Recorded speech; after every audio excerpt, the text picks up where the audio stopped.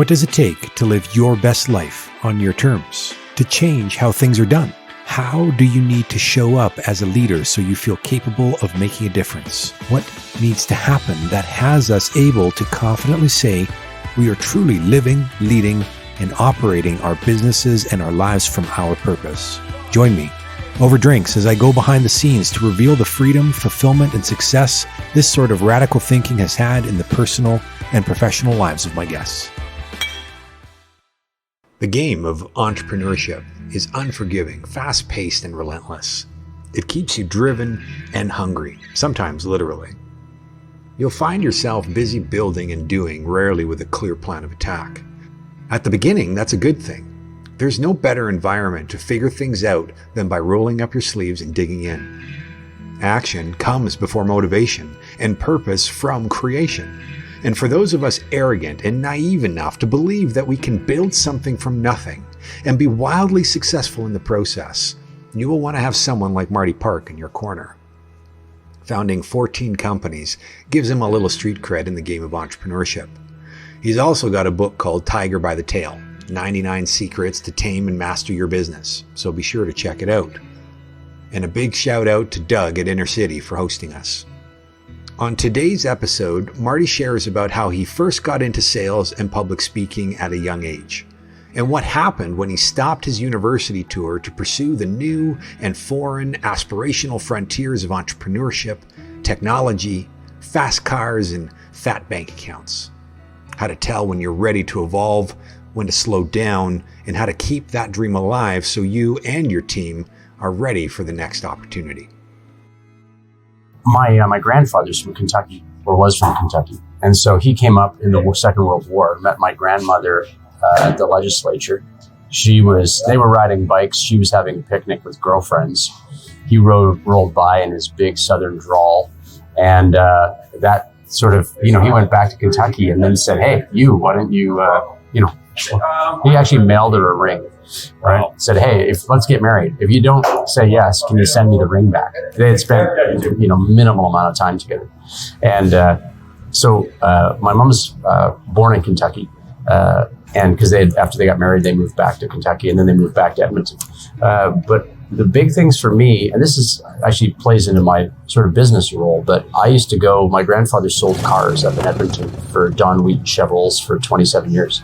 And he was big, huge personality, big Southern drawl. He could turn it on to really make it heavy. Y'all need to come. And he was like a showman, right? And so, but the car connection, where most people would think of a car salesman as being that maybe the low end of the sales or the professional spectrum, I really, had such an appreciation and admiration for car salesmen and salesmen.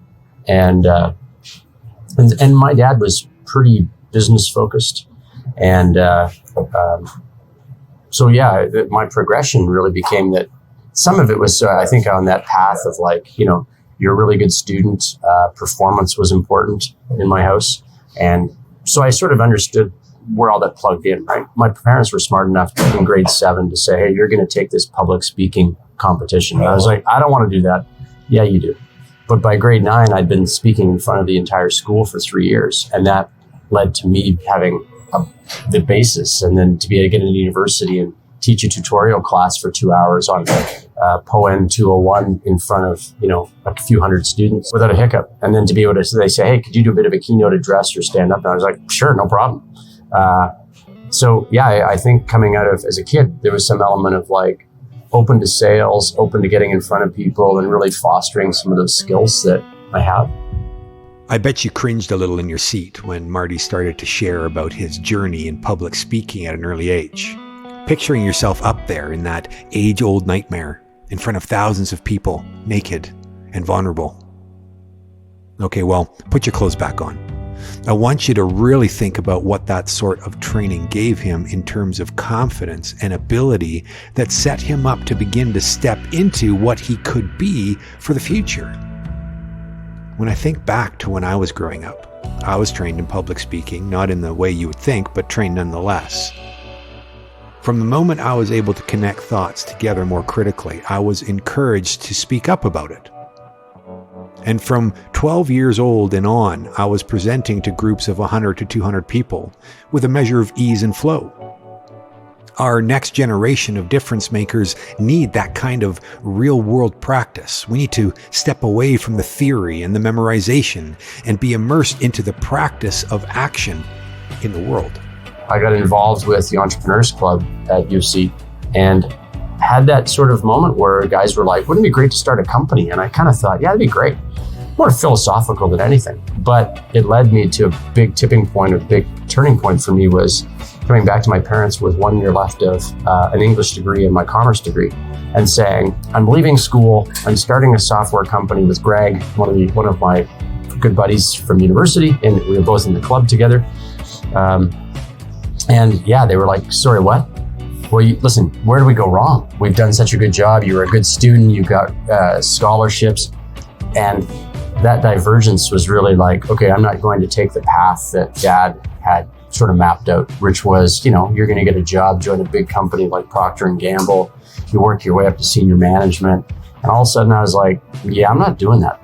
Greg and I are going to be retired in 6 months, Dad. Like the first time blissfully ignorant entrepreneur. And it was great in that, but I didn't, people often said from now that I've had a lot of different businesses and stuff, well, you must have, so you identified as an entrepreneur early. I was like, no, I just like the idea that we're going to go start a company. I didn't call myself a business owner. I hadn't really even thought about the identity piece. I was just like, this is going to be way cooler than third year accounting or, the HR management course I'm going to be in next semester. So we're just going to start this company and get rolling. And it was just adventure. That's really what sort of the driving force was. But that for me was a significant turning point.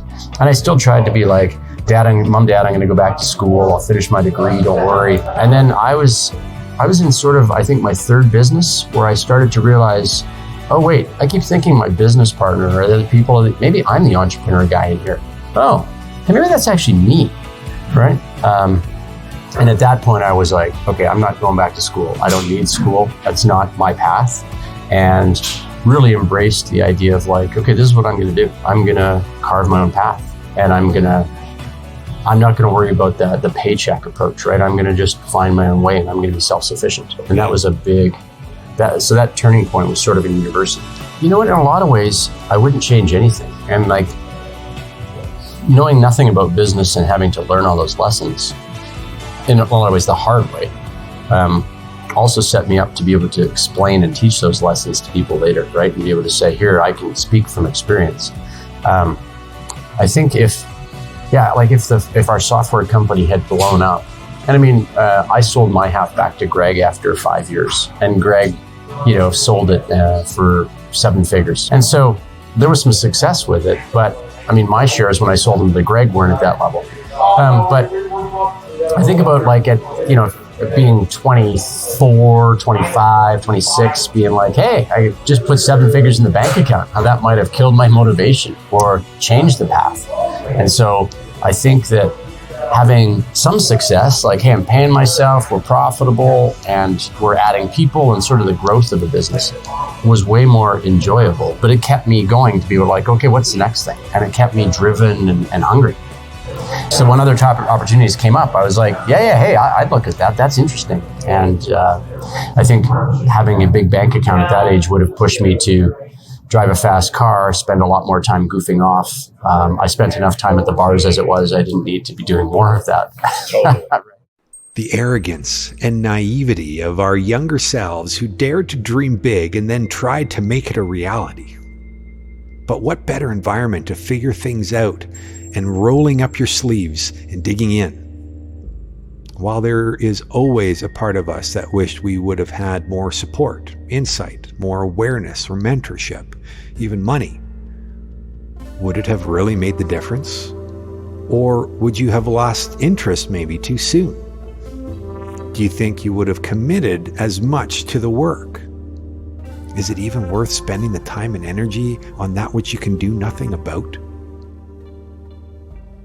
So interesting, in the early days, there was dreaming, right? And this is funny because Greg and I very early on as like 21, 22, I mean, I don't know if we'd sold anything at this point. We were just still building software with our developer Al, and but at some point, Greg's reading like a fast car magazine and saying to me like, I don't know if I should go Porsche or Lamborghini. It's like, yeah, and that was our definition of success, right?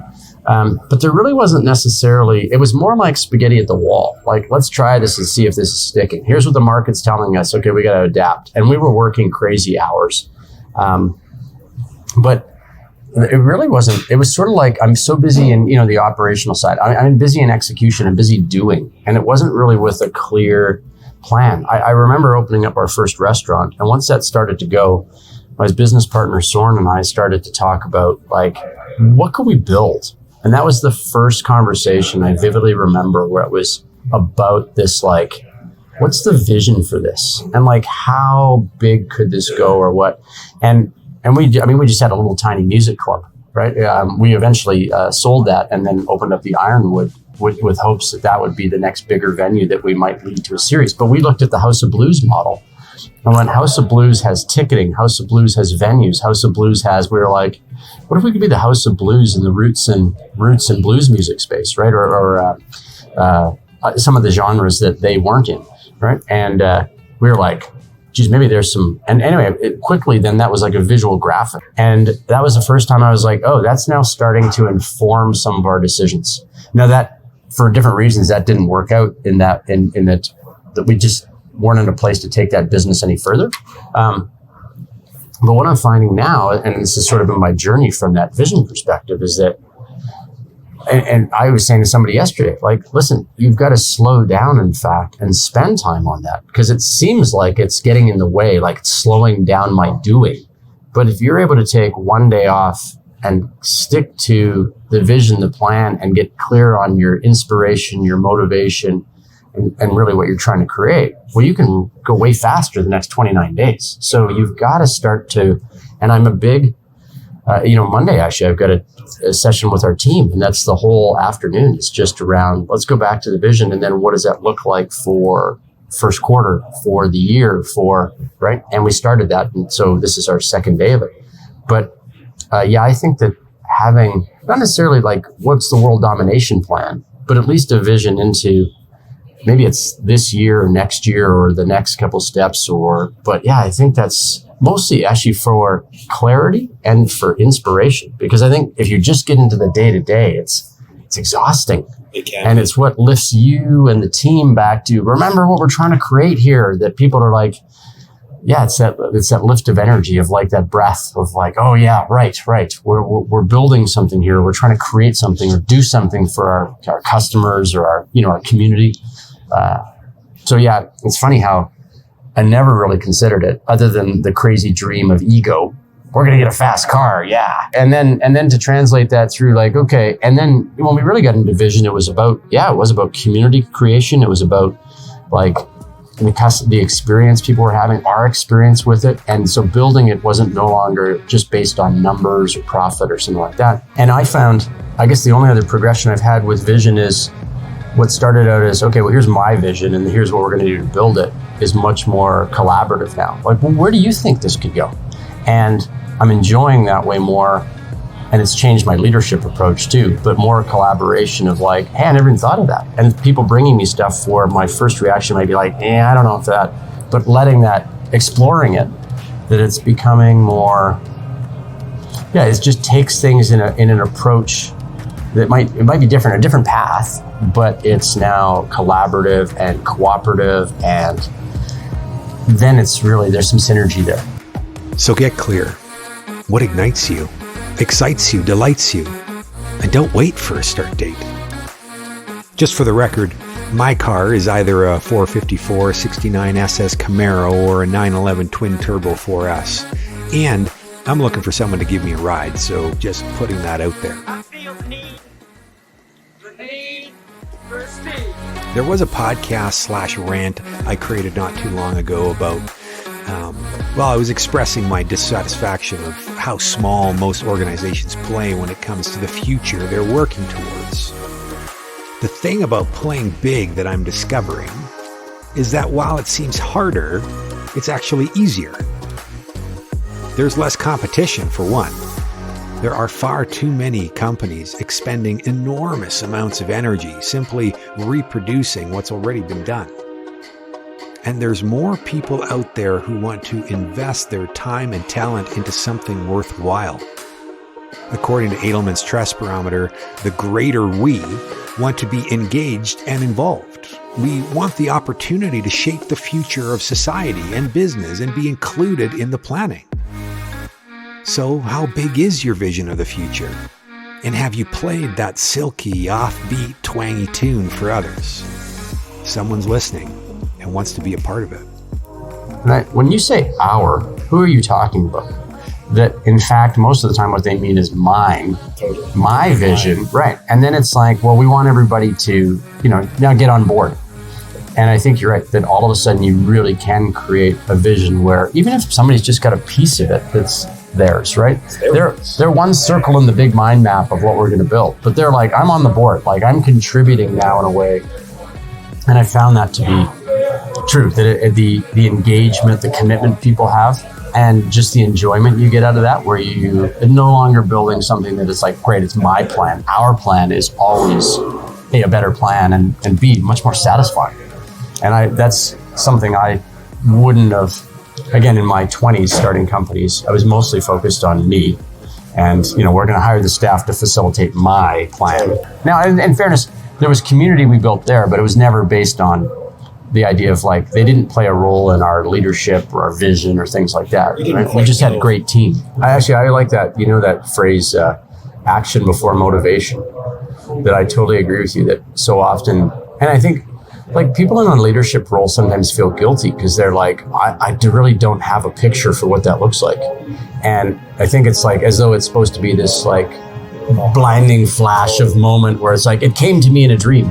And sometimes the ability, and I say action before motivation, because I always like the idea that when somebody is in their car at 7 a.m. and there's somebody already jogging, that they're like, well, they're a morning person. And I was like, oh no, they hated when the alarm went up too. They just realized once they get running about halfway through the run, they start to feel good and get pretty motivated, right? So it's after they've taken action. I think you're exactly right. Get doing something, get putting some brush strokes, and then you'll start to be able to stand back. If you take that moment to stand back once in a while to go, well, I think I know what this is becoming. And I find it with talking to business owners and even people outside of that, like leaders, where they don't necessarily have that clarity. The thing that I hear with a lot of organizations and a lot of people is we don't really have a culture. Well, you do. You're just apparently are not in charge of it. And what they don't appreciate is that the second you bring 2 or 3 people together, you now have a dynamic that is creating some element of these are the unwritten rules. This is the way we behave, the culture, right? So I think the first thing is identifying either there's a culture growing and happening in any organization, and either you are consciously creating it or you are just abdicating. Right. And if it's not you creating it, we just say it's like that. It's the cancer guy in the office who's always complaining by the water cooler, right? He's a problem guy that I'm like, great, that's the next biggest voice in the office. So if it's not you, it's that guy that's really driving things. And if you don't know, again, that moment of like, oh, maybe I haven't addressed culture, but okay, now you're aware of it. You can be gentle with yourself and be like, okay, well, this is something we clearly have to be more conscious and take steps on. And I think that's where this is the next thing that drives me nuts, and I've been guilty of it in the past, is the idea like, okay, we're going to do a culture exercise one day. We're going to define it based on some words and checkbox. Okay, we now have culture. And I think that much like, being a parent, it becomes like, I must have said this 1,000 times. That's how a culture gets created. About the same time my kids are mocking me, then I know they've got the message. And I think that's exactly true with an organization where it's about the time that it's a mantra that everybody gets and they start to roll their eyes and be like, yeah, I know, David, I got it. And you're like, great, you've internalized it. You know what I'm going to say. Yeah. The other thing I think that ties in, when you're building any organization that involves hiring people too, is that I think people do their best selling and best behavior in that 1-hour interview, right? So that, you want me to be what, high energy? That's right, I'm high energy. Oh, you want me to be like, you pick whatever culture word you want. I happen to belong to every one of those words. I'm the guy, right? Oh my God, what are the odds? And I a couple of things, I realized that I remember my wife, and this sort of goes back to sort of bringing somebody on, but at the time she was my girlfriend, and I had hired a sales guy, and I introduced her, and then we were at some event and he walked away, and she said, "Oh my God, tell me that's not the sales guy you hired." And I was like, "What?" "Well, yeah." She was like, "He's terrible. He doesn't fit with you guys as a team or your culture or anything." I was like, "What?" "Sure. No, he does." And I thought, it's interesting. She spoke to him for 2 minutes and she knew. But what I've discovered is that you can't be the sole set of eyes observing somebody, right? You got to be like, "Great, you're going to meet the team. We're going to have you spend a week with us. And if that goes well, then we're going to hire you." We're going to, you've got to immerse somebody in it, because I find, like dating, you can be on your best behavior for a few dates, but eventually that starts to unwind. And in the restaurant business, we started saying, the famous yelling chef. Like, "Do you yell at your staff?" "Oh, no, I'm always just, pretty even keel." Every chef in an interview is even keel. And then you say, okay, and so we started hiring people, and then we'd find out that they were a yeller, throw things, abusive, and you're like, oh. So we started saying, "Hey, we think you might be a good fit, and we want you to meet some of the staff. And so we'll pay you for a week at your rate, but just on a contract basis. And we want you to come in and get to know everybody."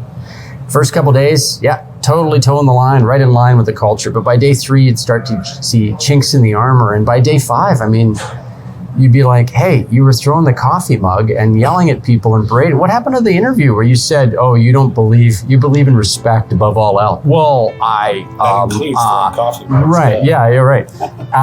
But I think that, the idea that, okay, to really know if you fit the culture, then let's bring all the other people who live the culture in and see if they think you're a fit, is a really critical piece, right? And some exit, maybe you don't get to join the club, right? You get to visit the club, but you're not I always think the mafia, you're not made until, you've sort of proven yourself, right? Maybe it's sort of like that to be in an organization, that there's the idea that you get hired on day 1 and we just automatically know you're fit. I like the idea of oftentimes to say, how can we date this person for a little bit and make sure they're a fit, or put them to a bit of a test and see what that is. And so I also, in the hiring process, even when you want to have people join an organization where maybe it's not a hiring, it can be volunteer driven, it's just asking some of those questions that they don't normally get asked, right? Around their own values.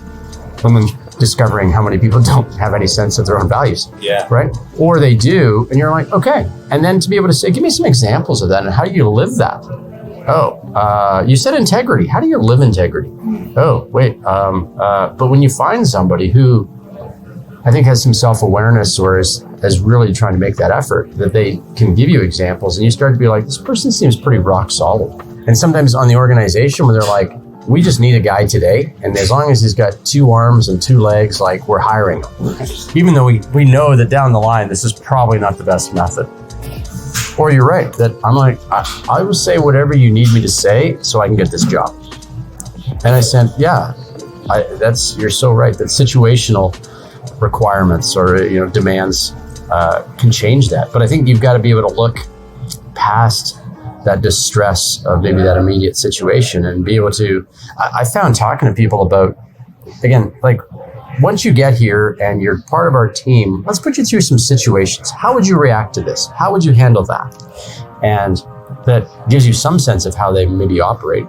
And really, if it's situations where they have to make judgment, how they value things or how they balance things.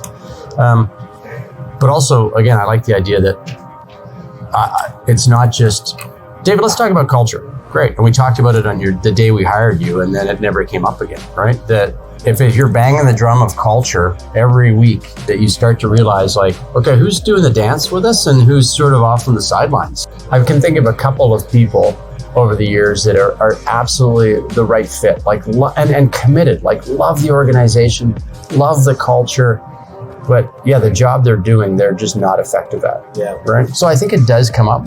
There was a guy, Matthew, that worked with us, and in terms of culture, people in the office loving him being an advocate for the business, just outstanding. but his functional day-to-day job, he was just awful at it, right? And so we were sort of talking about how do we get rid of him, but allow him to still come to Friday lunches? Like, how do we keep him socially? Because everybody loves him so much, and he's such a good energy, but yet he's so incompetent in his role. And we really wrestled with this idea of what happens when you get somebody who is culturally a great fit, but can't do the job. And we talked about what else could we get them to do. At the time, we really didn't have much, right?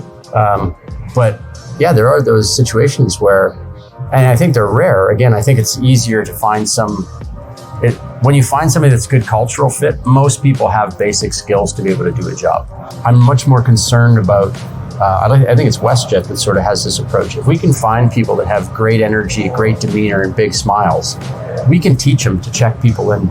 We can teach them to throw baggage. We can teach them to do some of the technical work. And that tends to be my philosophy, that what kind of a culture am I trying to create? When I think of the team, what kind of energy do I want? What kind of feeling do I want when we're hanging out, right?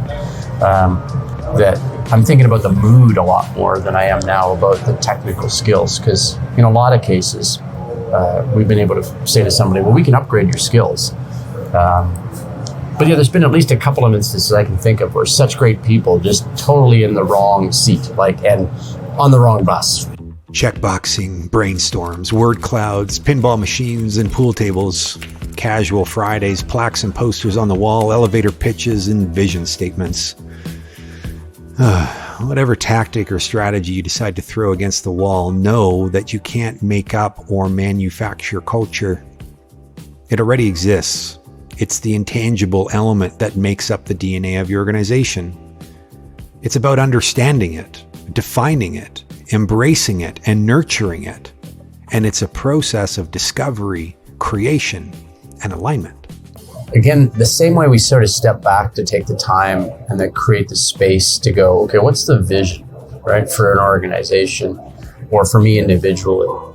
It's the same way people, when they think about their brand or how they show up, I think people really have never been instructed to do that sort of thing, right? Like, it's never like, oh, by the way, now let's construct your personal brand. I have a friend who wrote a book on personal branding like 15 years ago. And at the time, people were like, what's a personal brand, right? She was sort of well ahead of her time.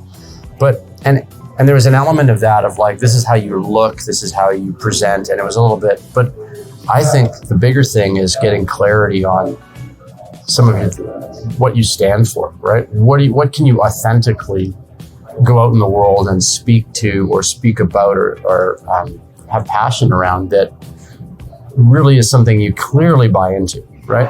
I'm a big fan of people's BS meters are at an all-time high and on all the time, right? Completely. And I think that I like the idea that there's people that are media people, like from a podcast perspective, right? Really popular podcaster, really popular. And the things I see are authenticity, vulnerability,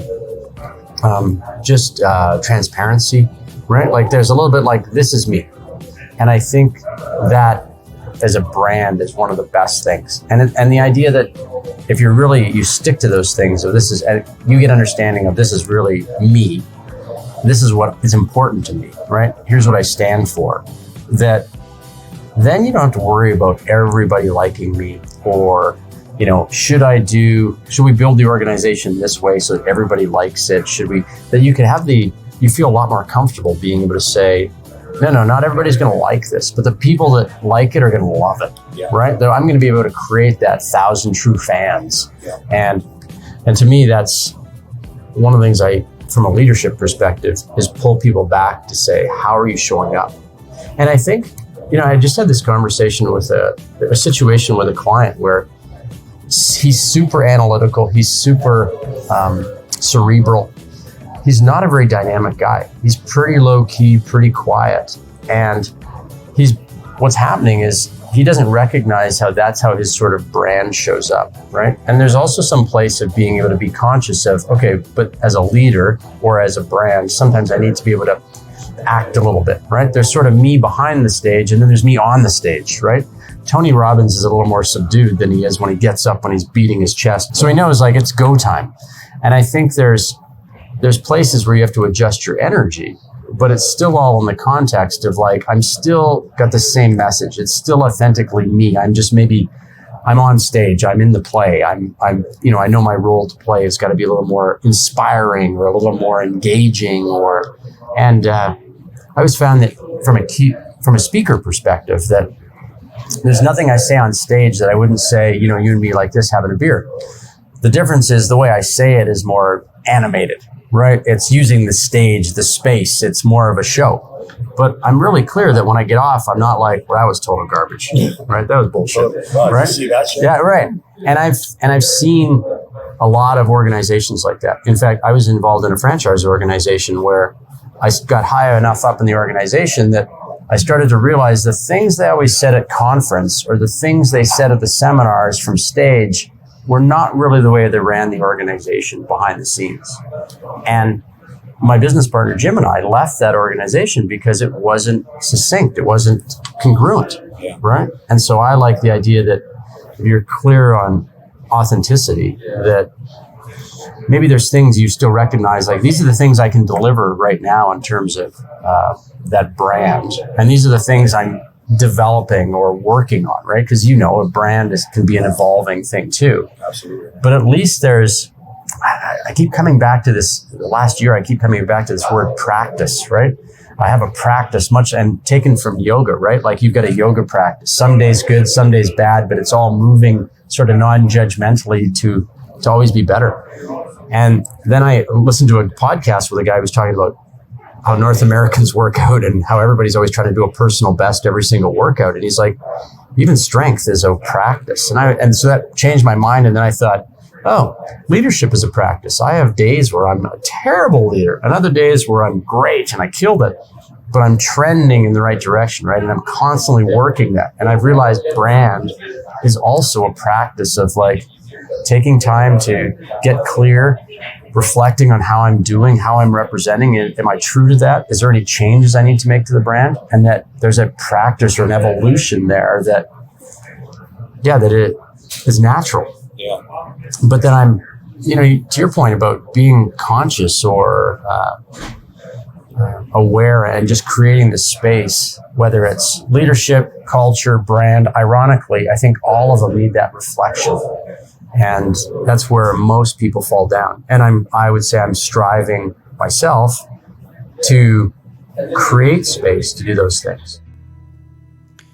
The right leadership changes everything. And for our next generation of game changers striving to achieve what is yet to be achieved, you must be willing to do what has never been done. So make ripples, lead the charge, create cool shit that shows others the way to be braver, brighter, and better than we were yesterday. Personally, you owe it to yourself. The more we come together more intentionally to support one another, the sooner we'll all find ourselves not just living, but contributing to the creation of the vibrant, connected communities that fuel dreams. It takes a certain leader to make this happen. So who comes to mind that you would like to hear from? Please let me know, and I'll see what I can do to make it happen. Thanks so much for listening.